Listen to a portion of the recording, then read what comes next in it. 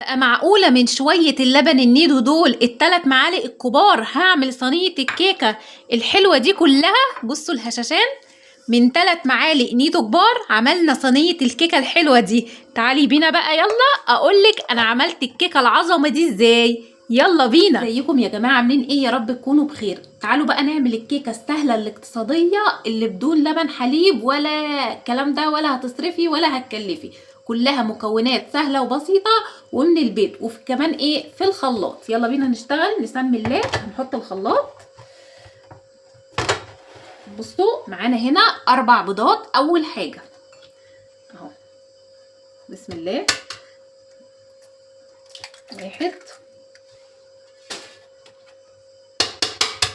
2، كله في الخلاط، كله سهل وبسيط. 3 معايا كده خطوة بخطوة. 4 تمام كده. ادي 4 بيضات. هنحط عليهم ايه؟ 4 اكياس فانيليا. كل بيضة هتاخد معانا كيس فانيليا، علشان طبعا الايه الزفارة بقى واللازم منه، انتوا عارفين. اهو كده كيسين، وهنحط الكيسين التانيين. كل بيضايه هتاخد معايا كيس من الفانيليا اهو يا جماعه.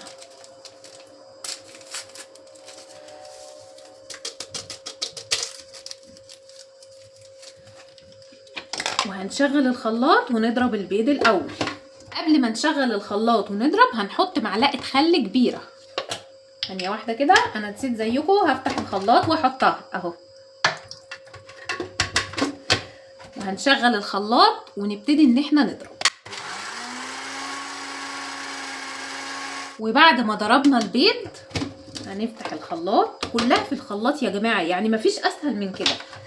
هننزل طبعا المكون الاساسي مع البيض هو كوبايه من السكر. وبعد ما حطينا كوبايه من السكر زي ما انتم شايفين، هننزل بكوبايه من الزيت على السمنه. انا عندي سمنه فيرن، حطيت معلقتين كبار وكملت الباقي زيت. وبعد ما حطيت السمنه قصدي الزبده الفرن على الزيت، معلقتين كبار من الزبده الفرن، وكملنا باقي كوبايه زيت، اي نوع زيت عندك. وهنكمل بقيه ضرب.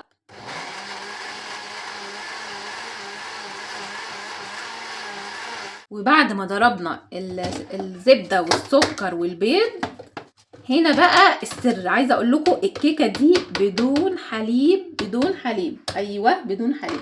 تعالوا بقى المكون الجديد معانا.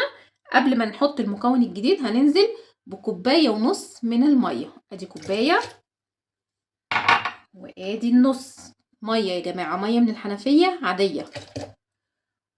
وبعدين معانا ايه المكون الجديد بقى في الكيكه بتاعتنا، عشان دي كيكه اقتصاديه مش هنعملها بلبن حليب، هنعملها بلبن بودر. كيس من عند السوبر ماركت هتجيبيه، هتعملي بيه احلى كيكه.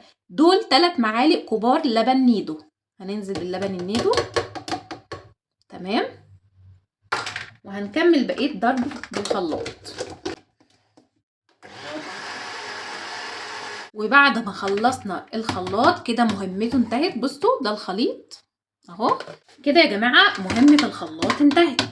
اللي هو هنعمل ايه؟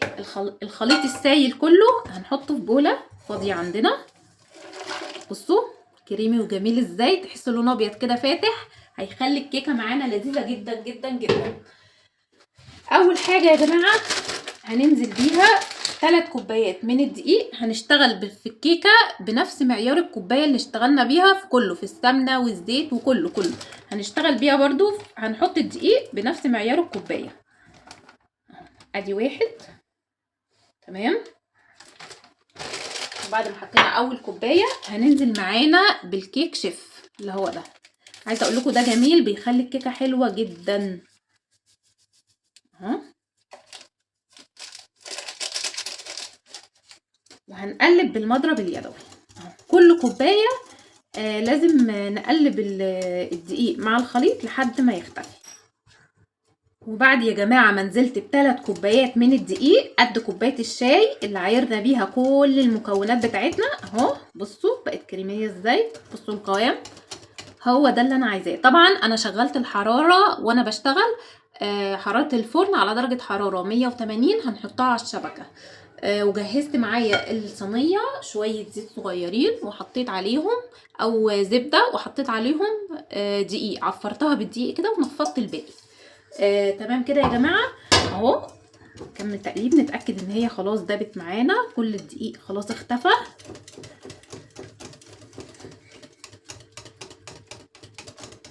تمام كده. هننزل بقى بالخليط في الصينيه اللي احنا مجهزينها دي صينيه مقاس 26، الناس اللي عايزه تعرف المقاس يعني اهو. بصوا هنسيب بقى نص الخليط كده عشان نحط شويه كاكاو خام عليها يبقى شكلها حلو كده. تمام كده يا جماعه. معانا هنا معلقتين كاكاو خام، معلقتين كبار. يلا بينا نعمل اي شكل كده، اي حاجه اهو.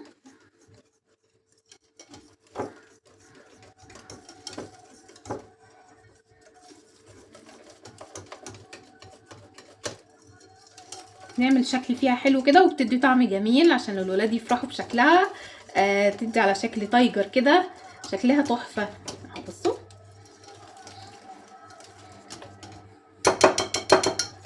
اهو يا جماعه، نقلبها كلها كده كويس وندوب الكاكاو الخام.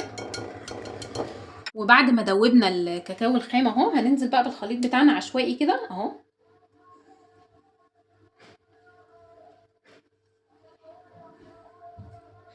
اي شكل كده يعني اهو. نجيب المعلقه السيليكون وننزل البواقي كلها كده يا جماعه.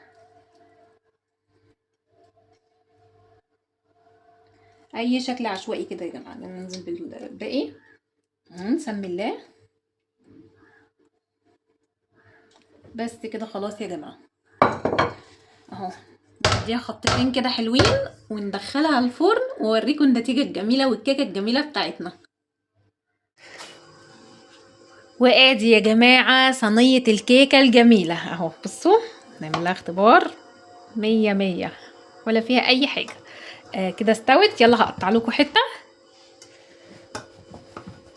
وادي يا جماعه الكيكه بعد ما قطعناها، مش ممكن والله يا جماعه بدون مبالغه. بصوا بقى معايا كده تحفه اهي، من الظهر والوش وكل حاجه. بصوا جمالها، بصوا حلاوتها، بصوا كل ده من شويه لبن نيدو، 3 معالق نيدو كبار. بصوا يا جماعه، استنى اقطع لكم كده. بصوا الالوان، بصوا الهشاشان، مش قادره اقول لكم على جمال الكيكه. ما تنسونيش بقى في لايك واشتراك للقناه وتفعلوا زر الجرس واكتبوا لي ايه رايكم في الكيكه الاقتصاديه الجميله دي.